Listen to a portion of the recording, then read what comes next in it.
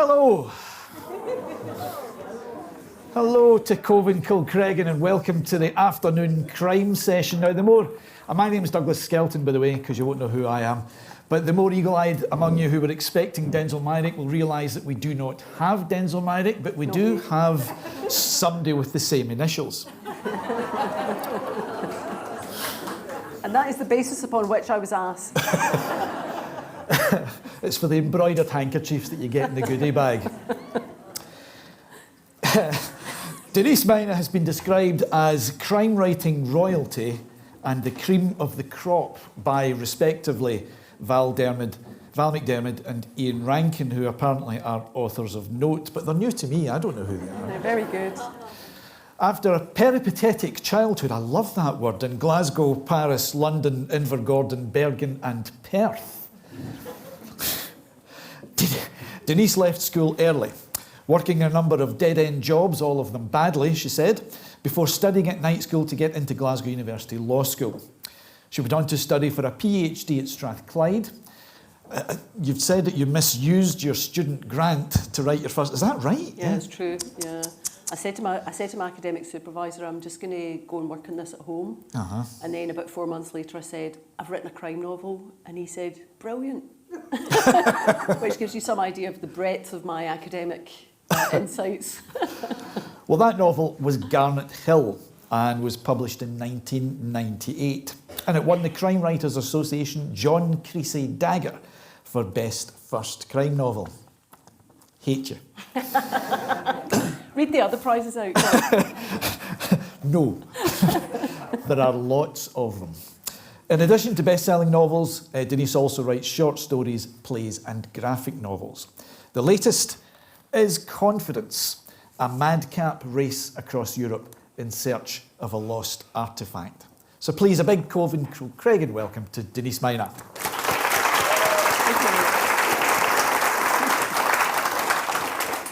I have to say, pursed mouth resentment is the greatest compliment one writer can pay another. That means you've... Just wait till I trip you going down those stairs. See if you like that then. Do you want to tell us about the book? Well, the book is a follow-up to a book I wrote called Conviction. And it's about two podcasters. You're a podcaster. But it's from the olden days of podcasting, way back when. And it's they're basically making a podcast and asking for information. So it's a sort of rolling narrative of investigation. They're trying to work out what's going on. But the story starts with, during lockdown, I think we all spent quite a lot of time on the internet, right? So one of the things that I stumbled across on the internet was urban exploring. And these are videos of people breaking into abandoned hospitals or houses or, houses that haven't sold. There's always houses that, I suspect there are amazing houses around here that haven't sold. And so they would break into these places, film themselves exploring things, and then put these videos up online. And, as a lawyer, I'm watching these and I'm thinking, why are they not worried about getting done for burglary? This is mad.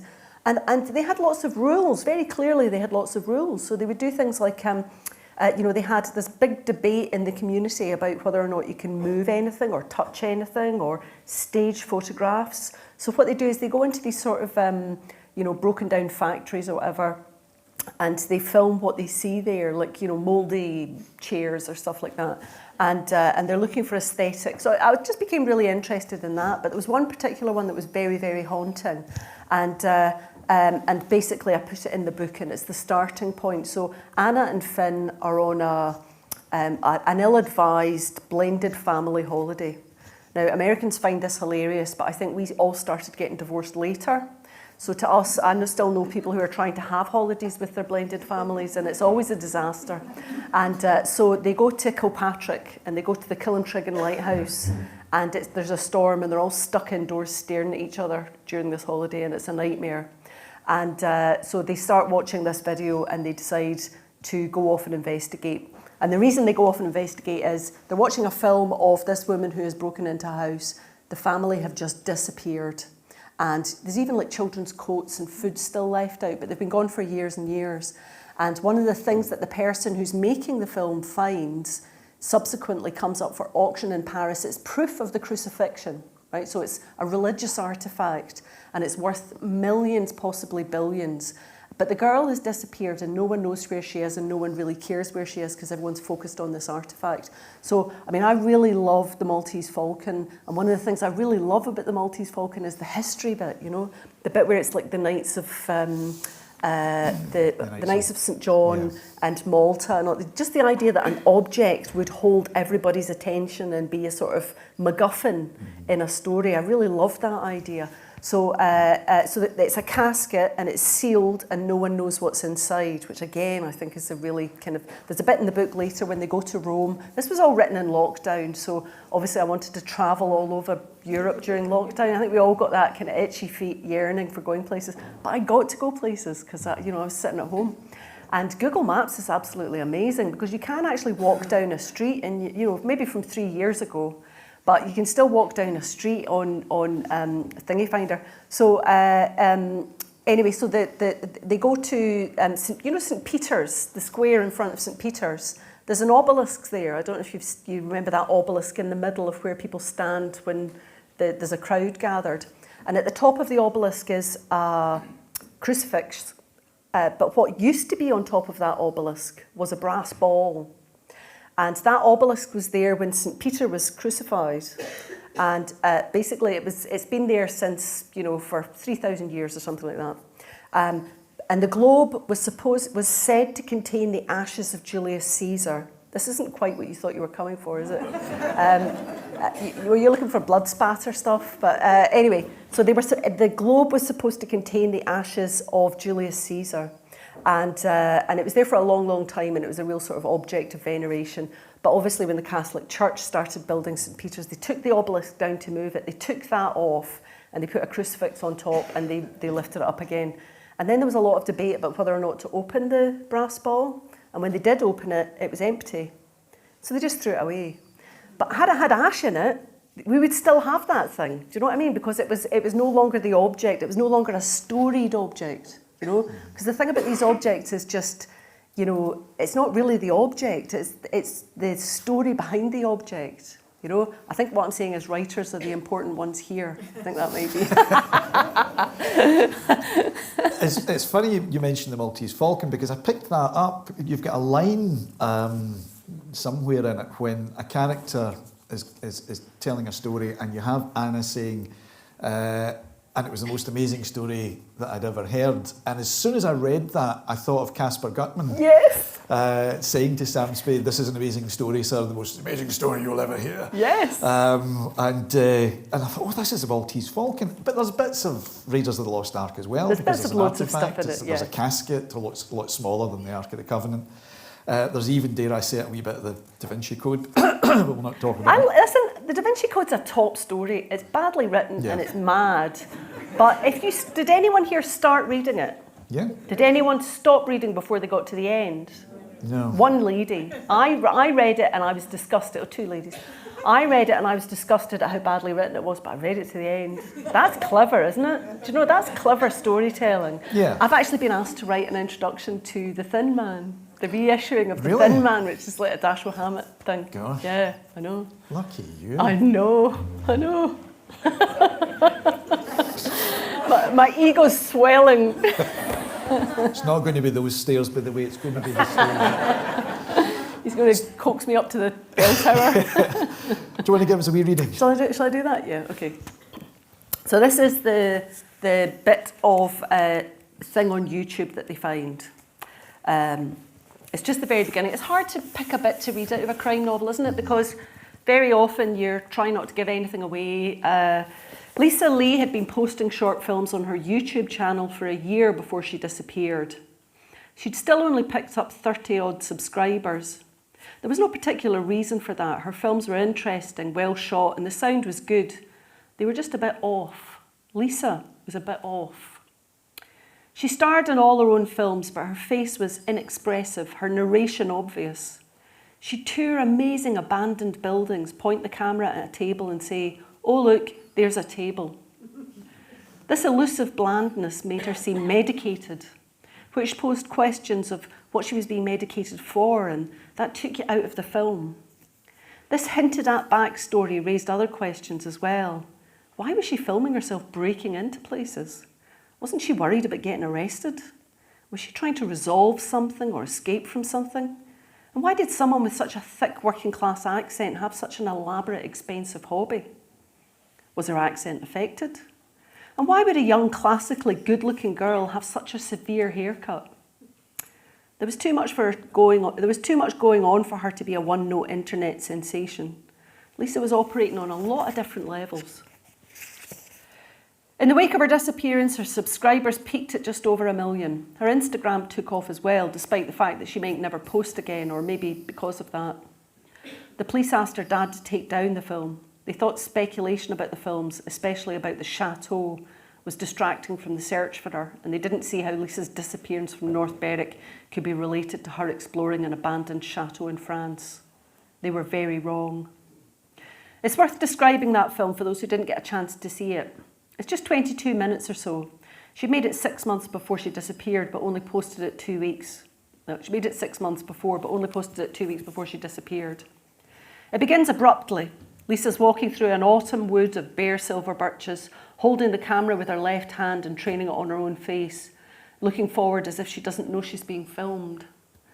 The air around her seems unnaturally still, but we can hear the rustle of dead leaves as she walks, the occasional soft, sucking squelch from damp soil underfoot.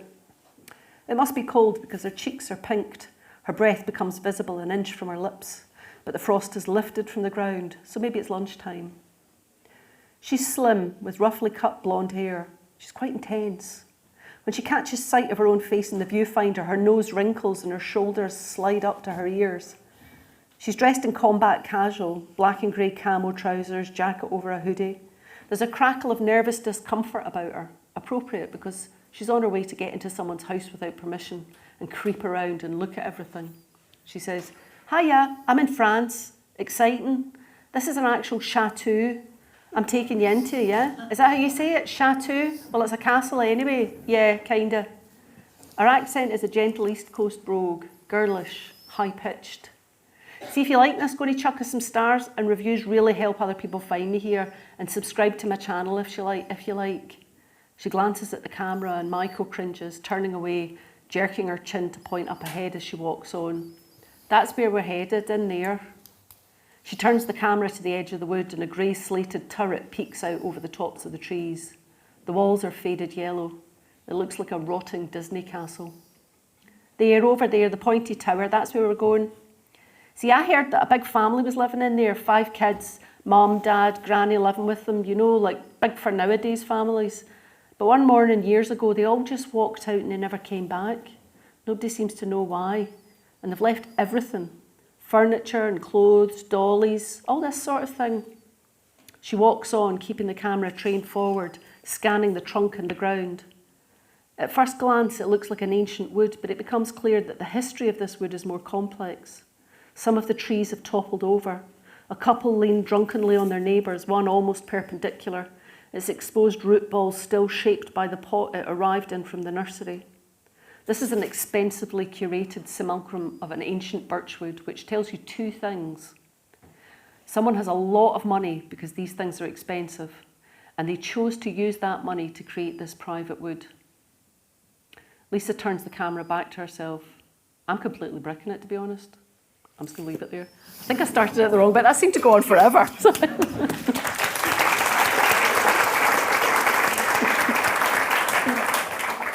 That thing about the stars, by the way, works for authors as well. You know, I'm just saying. So, I mean, that's what we've got there is like a found footage approach to the opening, and then the narrative extends to extracts from the podcast, accounts from other people about what has happened, and also the breakneck madcap race to try and find this artefact. So that kind of structure, how difficult was it to pull that together? It's a nightmare. I wish I'd never done it. What I was trying to do was, the way we all watch, the way we all consume stories now, right? It used to be you would watch something. That's not what we do anymore. Now we watch something while scrolling through something. So I don't know about you, but very often I'll be watching something and I'll stop it and then I'll Google it. And then that'll take me to something else. And then there's a link at the end. Is Boy George fatter than he used to be? Things like that. So what I was trying to represent was all that fractured storytelling. The way, I mean, the last book, Conviction, was about story forms. So it's a sort of suburban noir, intercut with a horror story, intercut with a crime story. And so here I was trying to represent all these different ways that we receive stories. So I love watching things like that. I love watching something on telly, reading about it as well, looking things up. It just brings a real depth to my engagement. It feels a lot less passive, you know?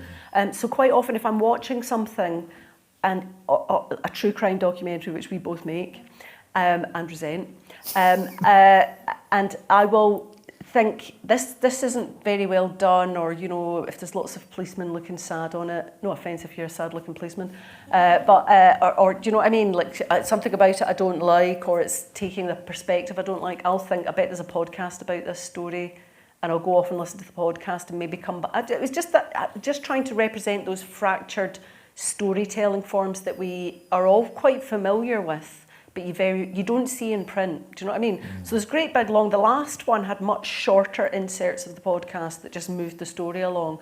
But this one, I really wanted to tell individual stories, like side stories, because that's one of the great things about podcasts is you do get episodes that are irrelevant. You know, like I don't know if you watched Breaking Bad. No, did you watch Breaking Bad? No, there was a series in Breaking Bad when there was a writer's strike. So they had to break up all the normal forms, and you realise how set those forms are. You know, that you have an upbeat and then the next episode you have a downbeat and then the next episode you have an upbeat. And it was really jangling. Do you know what I mean? It didn't mean it didn't work. It just meant that you were... this is very technical. I hope you don't mind us. It's just because we're both writers. If he was like a DJ or something, we'd be having a different conversation. But she lost me upbeat. But anyway, so that was what I was trying to do, was to tell a really fractured story with stories inside, like a play within a play, stories within a story, and use that to tell quite a sort of complex kind of mash-up of different story forms. And are you a planner or a freewheeling swashbuckler? I've usually been a freewheeling swashbuckler, but I've started planning. It's amazing. It is amazing. You can write so much faster. And not like, you know, this has to, because we've all read books where the person had clearly planned it to within an inch and they're shoehorning things in. Nothing's character-led, nothing's surprise. And Janice Galloway, I was talking to Janice Galloway once and I said, I get really lost like 2/3 of the way through and I have to stop. And you know, and then I'm just in hell for 2 months or something. And she said, she did that as well. And she said, I think if you don't get lost, the reader doesn't get lost, because what happens is obvious. So when you step back, when you retreat up the hill and you look at it and you're planning it, I know you're a pantser. Yeah. Very much so. And because you're an adrenaline junkie. No, he is. You love chaos. But if you know, sometimes you can shoehorn it in, but if you, at the moment I'm writing a Philip Marlowe book for the Chandler estate, right? Attack. One of the things that when you really closely read Chandler, you realise none of this works. In fact, I've just had to rewrite it because you don't find out who does one of the murders. And one of the guys who's sort of in charge of all the Chandler books, he said, well, how appropriate, because quite often Chandler didn't know who'd done the murders as well. Well, there's a story told about the filming of The Big Sleep when William Faulkner was writing the script, and Howard Hawks, I think, cabled Chandler and said, who killed the chauffeur? And Chandler wrote back, how the hell should I know? No, he said, I don't know either. But it works. Yeah. It works because you want to be in that world. Do you know what I mean? Yeah. So I think we're very caught up in explaining how everything comes from everything else. That they weren't at the beginning. They were just creating a world that you wanted to be in, and it was about a working class. I wrote a book called The Long Drop, which was a true crime book. And one of the things that when you're reading or watching footage of old geezers at that time, they all thought that they were Humphrey Bogart. or James Cagney. And one of the reasons those guys became so that's why we say guy, and that's why we say janitor. A lot of the lingo comes from those American movies, is because they were the only working class heroes in film. And they were active, they weren't passive. So British films of that time, whenever you saw working class people, they were tea ladies, or they were coming in to say there'd been an accident. Do you know what I mean? Apart from that, it was all toffs. And so they really sort of latched onto those guys, and that was one of the really beguiling things about those guys, was they were working class people, but they were very active, and they were very active, and they changed their world that they were in. And anyway, so I did map out the Chandler book, but it was basically, I'd like to go here, I'd like to go to Malibu now, I want to go to Skid Row. Do you know what I mean? I mean, that was it. You didn't really have to. So, what time period is it? Is it the 50s? Are you following 1939. On? So you've gone right back to the beginning, because the Marlowe stories went up into the 1950s. Yeah, you've read Playback, all of them, yeah. Playback, yeah. My theory is that Raymond Chandler's alcoholism and success really did for him, because when you read the first few Marlowe books, there's a brilliant bit in the first one where he says, I was wearing a new suit and a new hat. I just had my breakfast and I was driving a car and I didn't care who knew it. And do you know what I mean? And there's a lovely kind of chippiness about him, and he's really hopeful, and he's quite, he has that real Altman sense of, he's a man with his own value system, living in a world that doesn't affirm his value system, but he has a code of honour and he's going to stick by that code of honour. Later on, the books become really quite mad, and he's just a very powerful character who sort of goes about punching people for no reason and asking women if they want him to rape them. He does that in the books. Yes, he does. Yes, he does. It's been some years since I read that. Yeah, they get really mad at the end. They get really crazy at the end. And I think he didn't really know why he was successful or why people loved it. But when you read the original ones, yeah, you can see there's just a real magic there. Yeah, Yeah, I have a book of his correspondence, which is fascinating an insight into. Who's he writing to? Anybody and everybody. It's just a collection of his correspondence to whoever, and it is very good. He went to Dulwich College. Yeah. And was taught by the same English master as P.G. Wodehouse. Right. So the structures that he's very famous for, she had a face that would make a bishop kick in a stained glass window. Just all the similes that he uses. It's the same as Wodehouse. They do the same trick. Wodehouse would say, I legged it like a nymph surprised while bathing. These are really famous Woodhouseian tics, and he has the same tics. He uses the same tics, and they had the same master, which I think is Well, same training, obviously. Same training. What's your favourite? Of Chandler. Of Chandler? Do you know, I want it to be The Big Sleep, but it's really The Little Sister. Yeah. Although the female characters are so bad. They're terrible. I mean, they're just rubbish. But there's something about that that's really kind of amazing. Yeah. What's yours? Farewell, My Lovely. Is it? Yeah. Yeah, no, I do love that one, yeah. And the two movie versions as well. So. Farewell, My Lovely, is that the one with Anne Riordan in it? Yes. She's in this book that I'm writing. All right, okay. Yeah, but she set up her own company. Because, she asked him for a job, She asked him for a job and he said, no, women can't do this job. Yeah. Well, in my book, she set up her own company. I think she's in Farewell, My Lovely. Again, it's been I think years you're right. No, I since think you're right, it. yeah. Anyway, sorry, this is getting a bit technical. Anyway, so confidence has been described as escapist. Did you do that? Did you set out to do that, or was it just something that happened? No, I set out to write an escapist book because I thought it was at the start of COVID. I was writing this, and it was it was such a grim time, and we didn't know there wasn't a vaccine or anything like that. Lots of people were shielding, and I thought, I always think, what would I like to read? So I wanted to write an escapist book, but I think sometimes people say escapist, and what they mean is I found this baffling. Which, because I think there's been really, really positive response to it, and then a good bit of bafflement. And I think the escapist thing is kind of like, well, I don't know, they go somewhere. I don't know. But it was intended to be an escapist thing. It was intended to be something that would take you out of the current situation, because we just didn't know how long it was going to last, you know. Yeah, because the pace of it is I mean, it just goes Yeah. all the time. You're a bit harsh on the lighthouse and, you know, down in the... I've been there on holiday millions of times. I love it there. Well, you'll not be going back now. Do you think we need escapism more than ever? Yes, I do. And I think, you know, I've written a lot of noir crime fiction. I've written a lot of very serious crime fiction. Everything I write, I think everything everybody writes is political. But I think, you know, I think we do need a way of... I mean, for me, what being involved in a book really brings is it gives you someplace else to go apart from what's right in front of you. And I think increasingly we do need escapist literature. Do you? Do you read things for escapism, or just to go another place? Yeah, whenever I get the chance to read something for myself, yes. Because like you'll get a lot of people say, "We read this book for me, we read this," and you've got to do things like this, and you get to force yourself to read other people's books, you know, and hate them.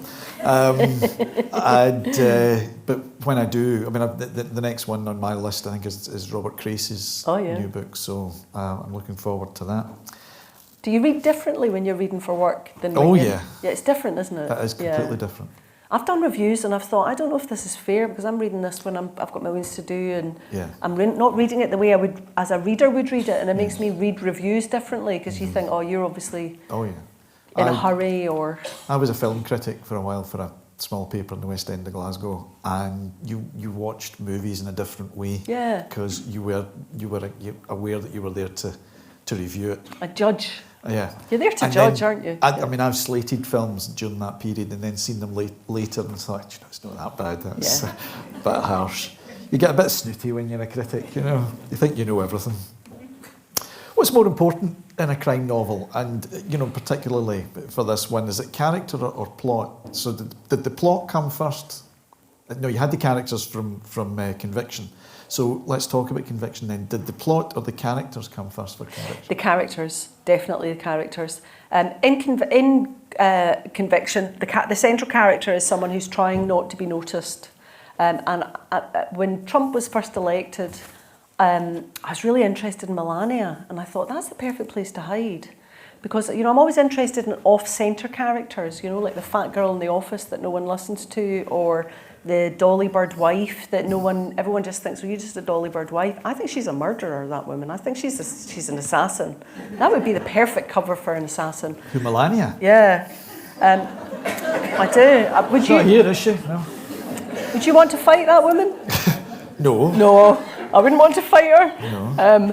So that was. I was just kind of thinking, you know, about these sort of beautiful women next to very loud men, and I was thinking, I bet there's a backstory with all these women, and you'll never hear it. Do you know what I mean? Because their public performance is just to be a sidekick. What a perfect cover that would be for somebody who was trying to hide. And you find out why she's hiding and why she's lied about her name and why she doesn't want to be photographed, which is a very difficult thing to do now. It's very hard to hide. I don't know if you know the Lun Fung restaurant in Glasgow. Do you know that? Yeah? The Lun Fung apparently has a nest of Chinese spies watching the students in Glasgow now. It has and apparently, if you walk around the West End, lots of the Chinese students are wearing masks. And you think, God, yeah, we should all be wearing masks. That's really careful. But they're not wearing masks because of COVID. They're wearing masks so they can't be facially recognised, a lot of them, because they are being watched. It's very hard not to be watched, not to be seen now, you know.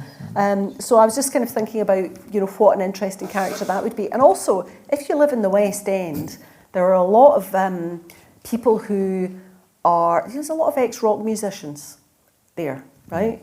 Who were very, very famous at one time, and maybe, you know, when they were very young, and now they're living in the afterwards. What an interesting conundrum that is for you. How do you go about your life if everybody knows who you are, or every time you go to the shop someone shouts the name of a song that you wrote when you were 18? How do you cope with that? Anyway, I just thought that was, you know, the two of them together would be very interesting. Yeah. Melania, every time I hear that, I think of it. Do you remember the loaf of bread was it Melanda? And every time I hear Melania, that comes into my head. I'm not old enough to remember Maybe Melanda. She saw Somebody that. told me. Maybe she saw that and Maybe. she thought... This will confuse Skelton, she said. That's right. until I kill him. You've done novels, you've done short stories, scripts, plays, graphic novels. What is there one that you prefer? What discipline do you prefer? It's always prose, isn't it? It is always prose, because you've done lots of different things. And, you know, they're really interesting. I mean, you know, comics are brilliant to write, and they're amazing. And I do always think, when I do these off-script things, I do always think, how lucky am I to be getting to do these writing exercises and paid for it? Because people go to creative writing courses and they pay a fortune and have their heart broken and have all the confidence sucked out of them, as far as I can see. And they're paying to get to do that, and I can do that, you know, and make a living at it. Do you know what I mean? But if you're writing comics, it's so interesting because you have to, everything has to be seen. It's just a really different discipline, you know? I recently came off Twitter, and I'm quite glad about that. Actually, I came off when Trump got back on, and I was thinking back on it, and I was thinking, God, that was a really interesting writing exercise, because you had to write very succinctly. I mean, there's lots of things that you find out as you're going on as a writer, but things like, you know, if you're telling a joke, it always ends on the joke word, it always ends on the punchline. You don't put the punchline at the top, and do you know what I mean? It's just like the structure of that. The structure of tweets was really interesting. Yeah, so I mean, I do lots of different things, but when I come back to prose, I always think this is really what I really love. Would you rather doing reviews, or are you just writing for the money? No, I don't want to do reviews. I've done the reviews, I don't like it. It's funny, the next question is about that, because when I'm asked, do you enjoy writing, I always quote Dorothy Parker and say, no, I like having written. Yeah. What's your view? Do you actually enjoy the physical act of writing, whatever it is, do you? I do. I like having run. I know exactly what you're talking about, but I actually like the physical thing of writing, and I like it just before I really get stuck. You know, like when I'm like 2 chapters in, that to me is like the moment when you've had the idea and you just know you're going to do it perfectly this time. And then just before you get your hopes dashed and you're face to face with your own limitations and your own, you know, lack of eloquence or inability to concentrate on a plot or whatever, or life gets in the way. I absolutely love that. I think it's just meat and drink to me. I love the desk. You know, lots of people don't like the desk, but I really love the desk. It's my favourite thing. Yeah. What about audiobooks? Do you listen to them? Do you listen to your own audiobooks back? I don't listen to my own audiobooks. No, God, I'm not listening to that rubbish. That's an experience, isn't it? Have you listened to yours? No, I've listened to the first small section of one of them, and the narrator was great, and I thought, you know, this actually sounds quite good. Did I actually write this? But then did they rewrite it for me? But then it came to the dialogue, and I thought, I can't listen to this, because they've obviously got to put voices on. How many people listen to audiobooks? Woo! I do. Do you? Yeah. Yeah, I just can't take them. I can't take them. I love them. While you're in the mood for raising your hands, anybody got any questions for Denise? Now that you've had the workout, I'd like to hear. Will you be doing any more historical stuff like Rizzio? Will I be doing any more historical stuff like Rizzio? Yes, I will. I wrote a book that was I wrote a story that was a BBC series, and it was on every Sunday night for 15 minutes, so nobody listened to it for 5 weeks. Who's going to commit to that anyway? And it was about Savonarola. Now, Savonarola was a preacher in Florence in too late. I'm already off on one. He was a preacher in Florence in 1490s, and you don't really hear about him because he was there at the same time as the Medici, so he's always told as a side character in the story of the Medici. And he had a very fraught relationship with Lorenzo the Magnificent, who, you know, this kind of very puritanical, angry preacher versus Lorenzo the Magnificent. Obviously, you know, he gets blown out the water, but he was an amazing, his story's amazing. It was called Three Fires. So the first fire was the bonfire of the vanities that most of us have heard about, and it really is the start of the Reformation, Savonarola. So they built this gigantic bonfire with a different tier for every one of the deadly sins. So there was like vanity, and that was all the hair. The women wore hair extensions and stuff like that, and mirrors and stuff like that. And then there was like lust, and it was like, you know, sexy books and statues and stuff. And they burnt all that up. And the next fire was Savonarola got so powerful that he was a Dominican, and the Benedictines were getting angry because the Dominicans were so powerful. So one of them challenged him to a trial by fire. I don't know if you know what a trial by fire is. It basically is they build a tunnel of fire, and a Benedictine walks in one end, and a Dominican walks in the other end, and whoever comes through the fire unscathed is not lying. So it took him a good few times. I don't know if you know Enoch Powell's River of Blood speech. He gave that speech 9 times before anybody said, wait a minute. So it's very much that. He was constantly saying that, trial by fire. And eventually, an acolyte of Savonarola said, right, you're on. So they had this in a giant piazza in Florence. They built this giant tunnel and they covered it in petrol, and you know, it's like a big walkway. And the Benedictines came down, they're all waiting, and the Dominicans come down, they're all waiting. Everyone says mass many, many times. The place is absolutely crammed full of people. And the guy who's going to walk through on behalf of Savonarola arrives wearing a gigantic red cape. He's crapping it. You would be, wouldn't you? And so the opposing side say, he's not doing it, his cape's enchanted. So they go off for a long discussion. Anyway, 6 hours of discussions about whether or not his pants are enchanted and whether or not he's a hermaphrodite prophet that's snuck into the city. And they're just about to do it, and there's a massive storm that washes away the tunnel of fire. And then everybody just has to go home. It's dead awkward. But anyway, the Florentines attack Savonarola's monastery. They get him and they hold him and they torture him and make him say, he kept prophesying people would die and he kept being right. It's really creepy. And he said 3 different people would die. Lorenzo the Magnificent would die, King of Naples would die, and the Pope would die. And he was right about all of them.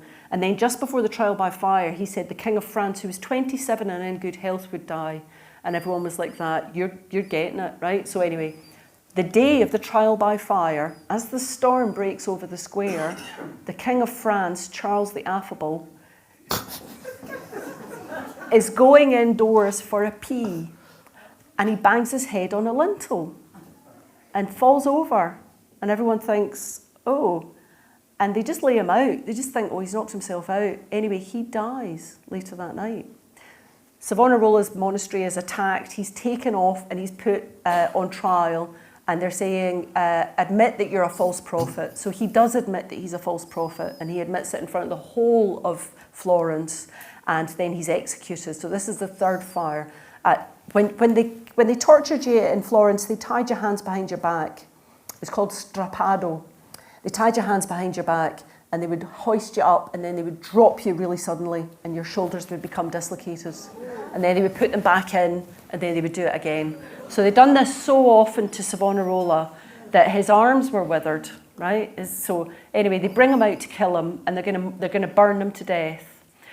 So they, as a mercy, the executioner strangles him and then they hang him up really high over the fire, so it'll take him a long time to burn.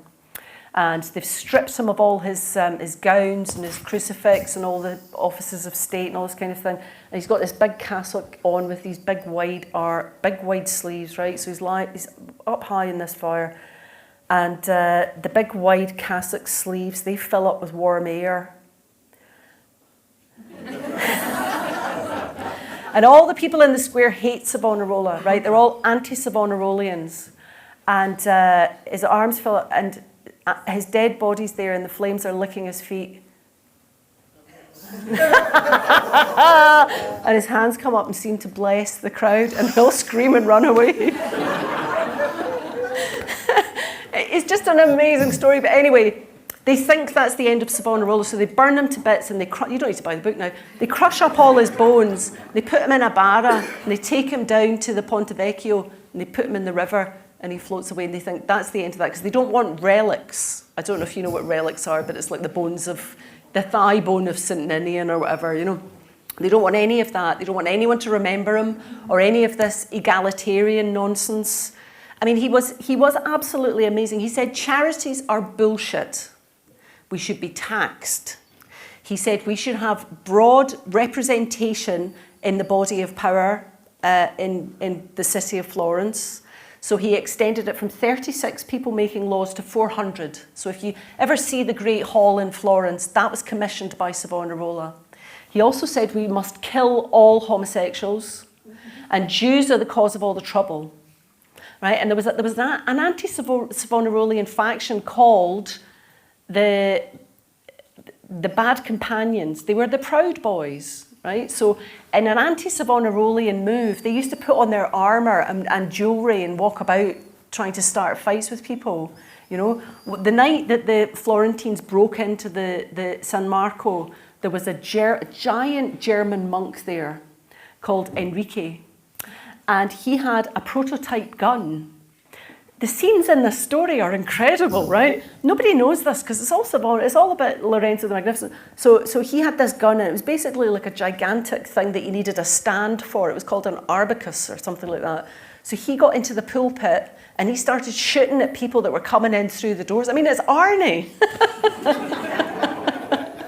Anyway, while he was in prison, Savonarola got everyone to write out everything that he had said, and his preachings about Puritanism, his preachings about why Jews are the bastards, about why sodomy was the reason God was angry with everybody, but also about what was wrong with the church, about, you know, God cannot mean this, all this stuff is in the Bible, the church should not be taking money from people, but, you know, bishops should be elected on the basis of their spiritual growth, not on the basis of who they know, all this stuff.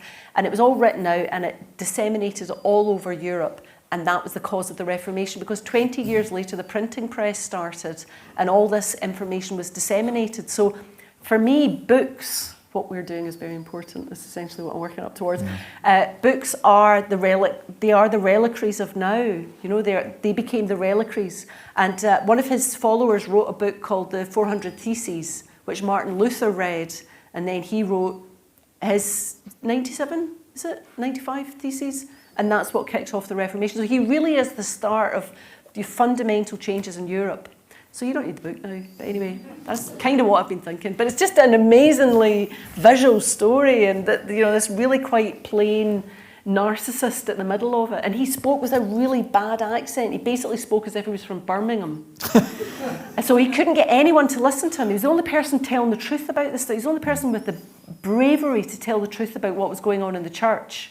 But nobody would listen to him. So he went for 10 years. He did the clubs around Florence, and he got rid of his accent, and he worked up his act, and he got really good at public speaking, and then he took over Florence. I mean, he was an absolutely astonishing man, very, very angry man, but he was absolutely amazing.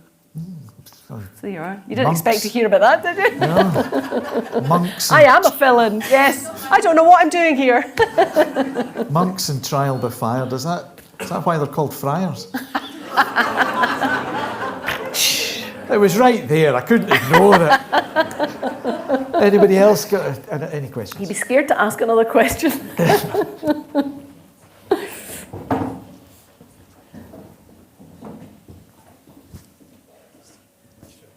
Thank you, Denise. That was great, as ever. It's funny what you were saying, and I don't know if this is related to Ricky Ross being on before you, about kind of ex-rock stars in the West End. No, I think he's still a rock star. He's still a rock star, come on. But it's funny, obviously, you know, you've written in so many different ways and for so many different kinds of outputs, if you like, but a couple of weeks ago, I saw you cycling up Gibson Street in the West End, looking absolutely fantastic, and I thought you'd be so great as like a front man in a kind of rock band sort of thing, and I wonder if that's a kind of writing you've ever thought about doing, writing for singing and bands and stuff? No. No, I tell you what, when I was about 18, there was lots of bands on the go, quite well-known bands, and I went out with a guy who was in a band, and I realised I'm not a band girlfriend. This is bullshit, and this isn't for me. Also, I don't really like being out at night, and I have to fit in like 6 hours of television every night. I mean, how are you going to do that if you've got a... No, I mean, I really love music, and I really love consuming music, but it's not... In fact, I was telling Ricky that I was once in a a restaurant called La Familia in the King's Road, and I was there with Craig Ferguson and a bunch of other people, one of whom was a big blonde guy, and the waiter kept coming over and he kept giving us more bread and stuff like that and being really nice. We were having a total carry-on, and then he said something about your band, and it became very clear that he thought we were Deacon Blue. Because we were Scottish, and they had a noisy woman with them. I had black hair at the time. And I'm not saying I look like Lorraine Kelly. I'm not saying I look like Lorraine. I'm just saying, he just, obviously the guy kind of thought, oh, they're very confident. Why are they confident? Any other questions? No? Thought I saw one over here. No. What would you say is the best thing about being a writer? What's the best thing about being a writer? I just asked you that. I know. What is really getting to write. Really. You know that? Coming to Cove and Kilcreggan. Obviously. Yeah. The free cakes. No, you know that moment when two words just fit together like a bit of Lego? You do know what I'm talking about. You do like writing. Come on. No, you know that way when you think, you know those moments when you write something and it's really heartfelt and it's just like sometimes it's like a sentence with a rhythm and it's perfect and it's not maybe good, but it's exactly what you meant. Yeah. You know? Yeah. And you think, that's exactly what I meant, and probably no one's going to get that. And then you're in Morrison's 15 years later and someone sidles up to you and says, I know who you are, see that bit, I got that bit. That is it. Do you know what I mean? When you really, because I remember reading Tale of Two Cities in a bedsit that was so cold you could see your breath. And it was in South London. I used to wake up with like my nose running all over my face. It was so cold. Reading that, and the end, and my heart racing, and during the chase scene, my heart was racing and I was sweating because I was so involved in the story. And it's just that hand across the ages, that real connection you get with a reader sometimes, you know, where you really understand each other, and you really, it's just an amazing transcendental connection when somebody, or even if somebody says, you know, I read that book and it got me through a hard time. That is such a privilege, because you've been there, you know, you've been a warm hand on somebody's elbow during a tough time, which is like, that feels like such a privilege. Yeah, it's great to be reading a book that you're desperate to get back to. That, you know, you want to get into the house and get to the chair, whatever chair, and get to that book and get on with it. Or you're talking to somebody and they're saying something like, all these chairs have got to get put away, and you're thinking, I'm in the middle of the French Revolution, I can't put chairs away. Yeah. Do you know what I mean? Yeah. Yeah. I usually say, I'm not putting chairs, I don't bother about the French Revolution. I'm not doing that. What's the worst thing about being a writer? What's the worst thing? The worst thing about being a writer? Sometimes dismay, I think, sometimes. Because when you read a book, you're looking at a finished thing that's been through editorial. If it's an old book, it's maybe been edited afterwards. And the hardest thing, I mean, I think when I do my first draft, it's like making clay, and then you have to find the pot inside that clay. I used to think it was the committee on my shoulder saying, that's rubbish. That doesn't make any sense. Nobody's going to get that. Who did that? Who did that, Mark? What are you talking about? And then I realised that's really essential to being a writer, because I've met very confident writers and they're crap. Because you need an internal critic, but it's very uncomfortable to live with. Do you know what I mean? A friend of mine wanted to be a writer, and she's a beautiful writer. It's Nicola White, actually, who's like used to live here. And she's a really beautiful writer, and she worked for the BBC, and she said she wanted to be a writer. And I said, you should just write full time. You're a beautiful writer. So she went off and wrote a book, and then she said, I'm not enjoying this. It doesn't feel good. And she said, maybe I'll feel good when I get an agent. And then she got an agent, and she said, I still don't feel great. And then she said, maybe I'll feel great when I get, you know, when it gets published. And she said, I still feel really exposed. And then she won a big prize, and she said, I still feel crap. And I said, this is how it feels. You do just feel very exposed and slightly disappointed in yourself, you know. Yeah, there's the imposter syndrome as well. There is the imposter syndrome. You always wait for the tap on your shoulder and say, by the way, it wasn't you we wanted to publish, it was somebody else That's with the same name. Yeah. That's right, it, yeah. taking it away. Yeah, I know. But it is, I think we sort of think of writers as people who are born with a sense of entitlement, and, why is it not just someone chancing their arm? Do you want to know do you want to know where the phrase chancing your arm comes from? Yeah. I was in Dublin Cathedral recently. This is very obvious that I'm filling in for somebody, and I'm just ranting now. But I was in Dublin Cathedral recently. I was filming a documentary series with Frank Skinner about Jonathan Swift and Alexander Pope, and we went to the cathedral where Jonathan Swift used to preach, and he had a pulpit on wheels, and he would stand in this pulpit and he would get the verger to push him around when he was preaching, and if anyone had fallen asleep, he would get them to push them up close to the person, and then he'd go, whoa! I don't think that's true, but there was a story that he was preaching once, and he was preaching to it was a tiny little church, and there was only one person in the congregation, and it was the handyman called Roger. And the Church of Ireland service was supposed to start, Dearly Beloved Brethren, and he started, Dearly Beloved Roger. He's a very funny guy. But anyway, there's a door in Dublin Cathedral, and it's got I hope so, otherwise you couldn't get in. It's got a hole cut in it. And it's from 1492, which is the year Savonarola was on the go. And there was a big battle between two clans. One of them ran into Dublin Cathedral seeking sanctuary, and the others were outside, and they said, right, if you want to leave and go, then you can go, we won't attack you, but you're exiled. And they said, we think you're going to murder us all when we come out. So the guys outside cut a hole in the door, and the leader put his hand through the door, and they could have cut it off and they would have carried on fighting, or they could shake his hand and that would be an end to it. And they shook his hand. And that's where the phrase, chance your arm, comes from. Isn't that amazing? I know, isn't that amazing? Ruth? I just wondered, we've heard from Doug how many different disciplines you've got involved in.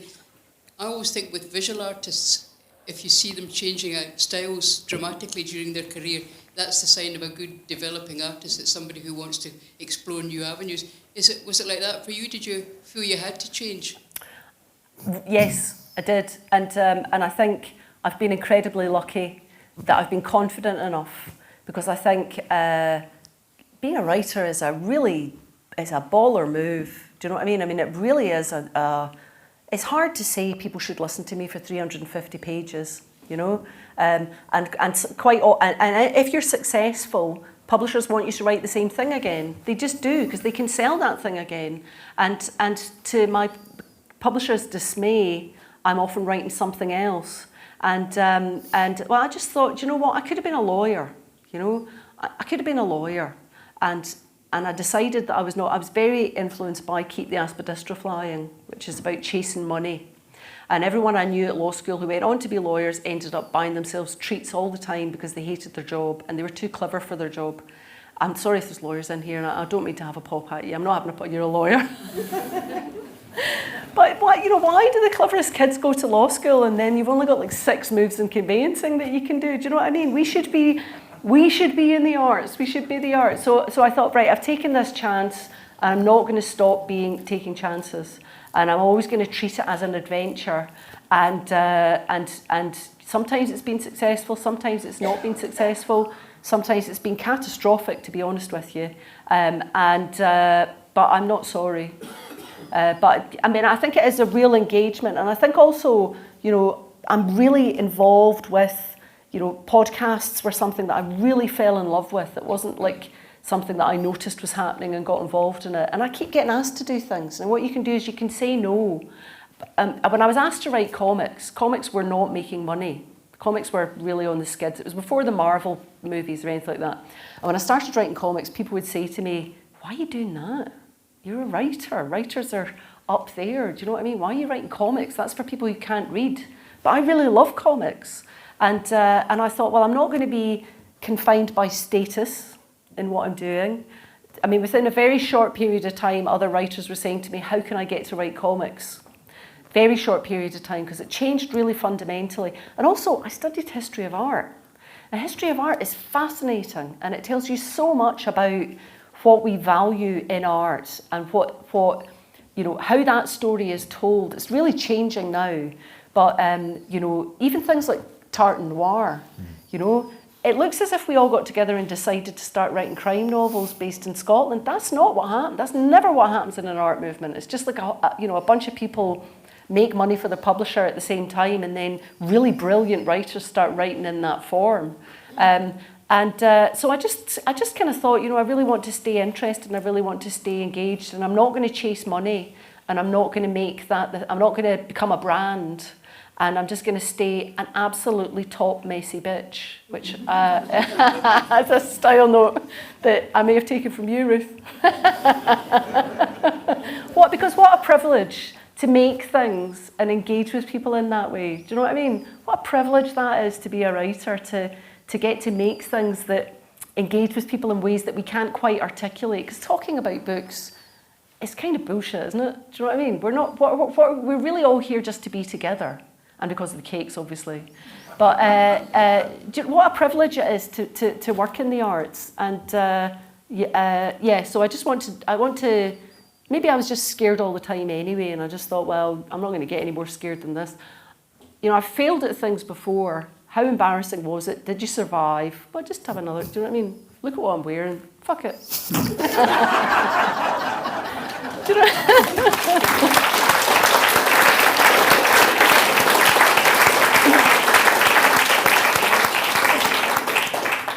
I don't know if you're allowed to say that in Cove and Kilcreggan. I think you are. It's too late now. I think you are. On that note, I think we have to bring this session to a close. Thanks very much, Denise, for being so great, even though I hate you. And thank you all for coming. There are books on sale in the shop upstairs. Denise will sign them for you at no extra charge. And thank you very much. And big applause. Dougie Skelton. Yay!